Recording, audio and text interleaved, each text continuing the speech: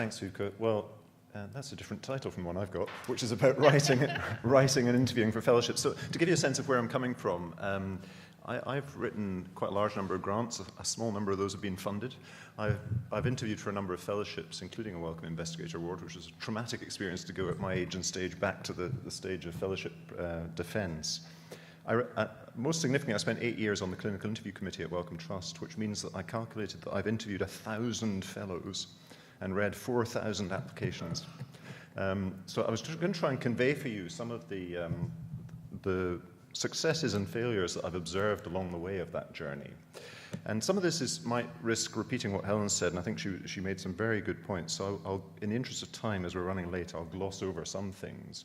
But the first thing is, I guess many of you in the room are thinking, well, I want to begin to write a fellowship, or maybe I've tried one and I haven't got one yet, and I'm wondering what's gone wrong. And a few tips. One thing is, you've got to work out why you're doing it, and then you've got to sell that story. And it can't be that you just need to extend your contract or you want to keep doing more of the same. It has to be that you want the funder to invest in you to move you on. And the question is, scientifically, in terms of your career development, where do you want to move to? That's what you're selling. And as Helen said, you've got to start this process very early, and it will take you at least 6 months of bashing this idea around with colleagues, of iterating several versions before it's as clear as Helen advised you that it needs to be, because you won't do that in the first draft. So you need time. You need to plan this well ahead and work with your senior colleagues to do it. A lot of people talk themselves out of fellowships instead of working out what they should go for and just going for it. So don't second guess, oh, they won't like this because, or I don't know if this funder, BHF, whatever it is, likes this kind of work. Well, either seek reassurance from colleagues or ask them, and the answer is usually yes, they do, actually. If it's good science, it'll get funded. So don't be talked out of it. And I think I made that point, so let me move on. So here are some mistakes in how people write. Generally speaking, the major mistake, if you're on the panel, is that you sense that you're seeing an early draft. You're seeing something which hasn't been round enough iterations to be fully polished. So it's maybe it's splurged but not yet purged. In the introduction, it's a bit overweighty. People try to load up lots of data. They haven't really honed down the hypothesis to something crystal clear and refutable that is tested by the experiments. And maybe the experiments are overambitious, and you can usually tell that, by the way. The acid test of that is if it comes out ridiculously expensive, then you're being overambitious. And a lot of grants come in ridiculously expensive to panels.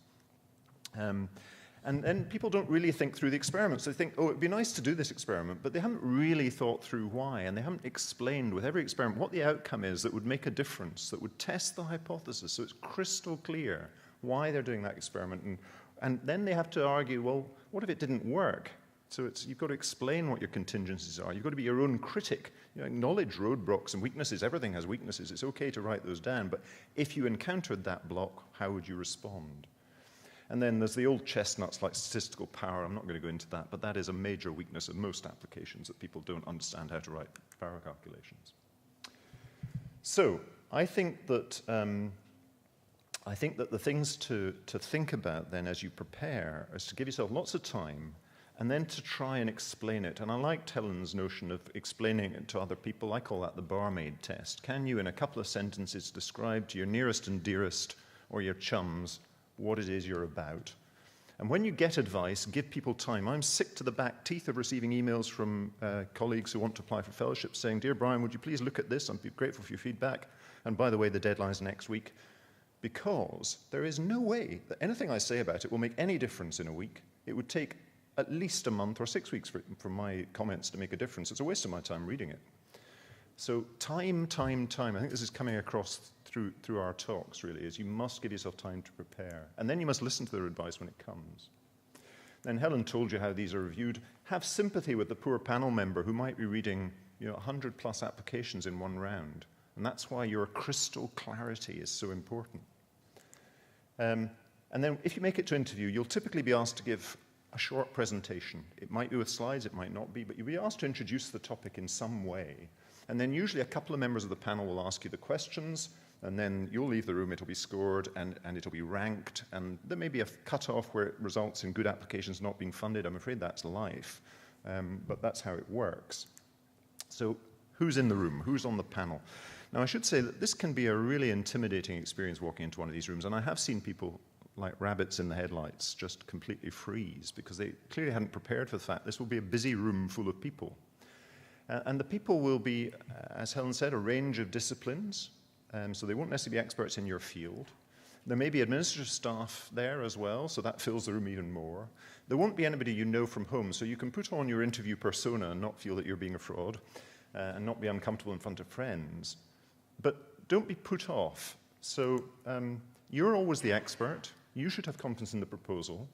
And you want to talk to the individual, and you want to have a conversation with the person who's asking you questions. That's what this is about. It's a positive conversation about the science. And you don't worry about all the penumbra of all this noise and stuff going on, and all the sort of laptop dancing and so on that's going on around you, because those are people checking their laptops to see what the proposal says.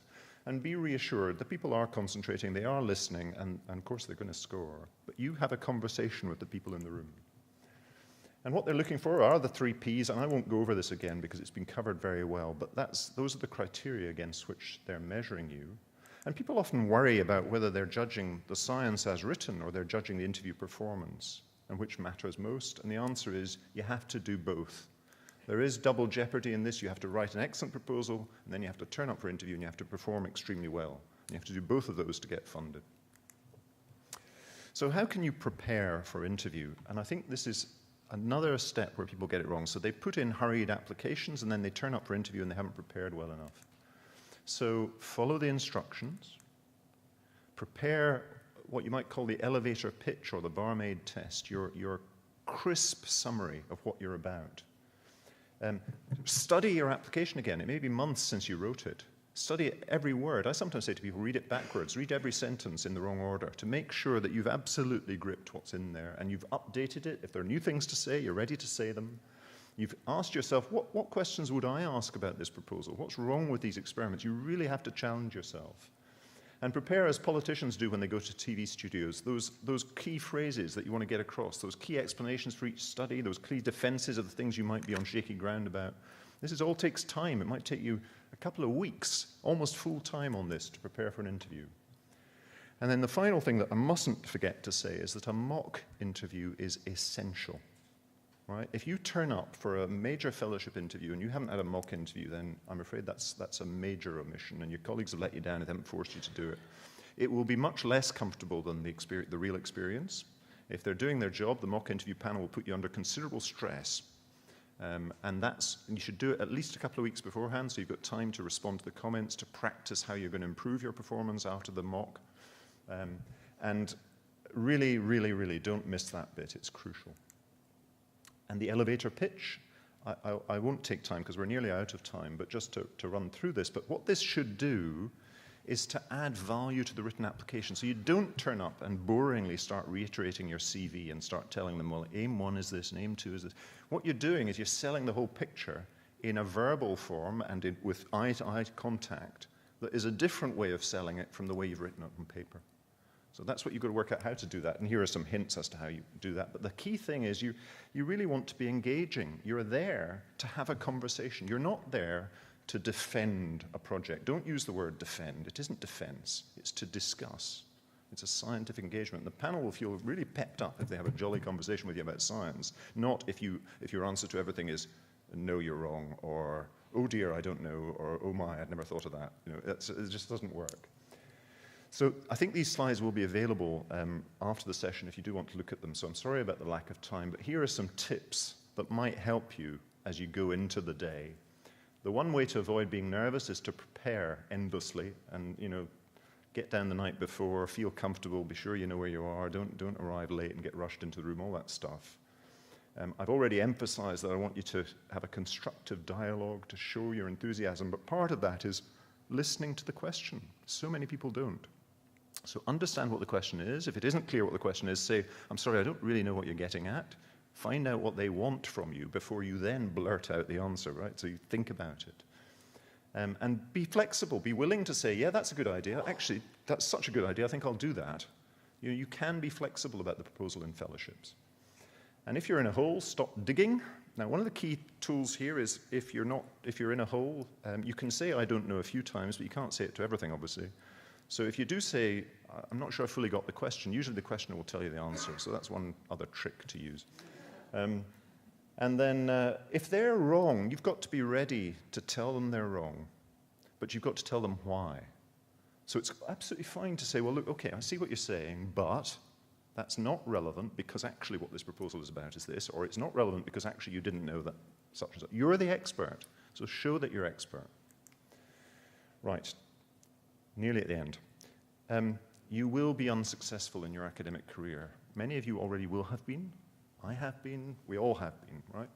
So there are lots of things that get turned down. Your success rate at fellowships at major panels is something between 10 and 25%. So you will get turned down, and the key thing is how you respond. So you've got to work out which of the P's was the problem, and you've got to work out if they would consider you again. And the way to do that is not to read the very bland letter that most funders will send you with referees' comments that are from distant expert referees and that weren't panel members. The way to do it is to phone them up and have a conversation with grants managers in the office about it and find out quickly after the event, so people's memories are fresh, what was the issue, and nail it down with them. And then, of course, listen to that and respond to it. And be willing to go back, because if you don't have this key capacity, the resilience to go back for funding time and again, well, none of us would be where we are if we hadn't been prepared to be dogged about it and keep applying. Sorry to go over time, people.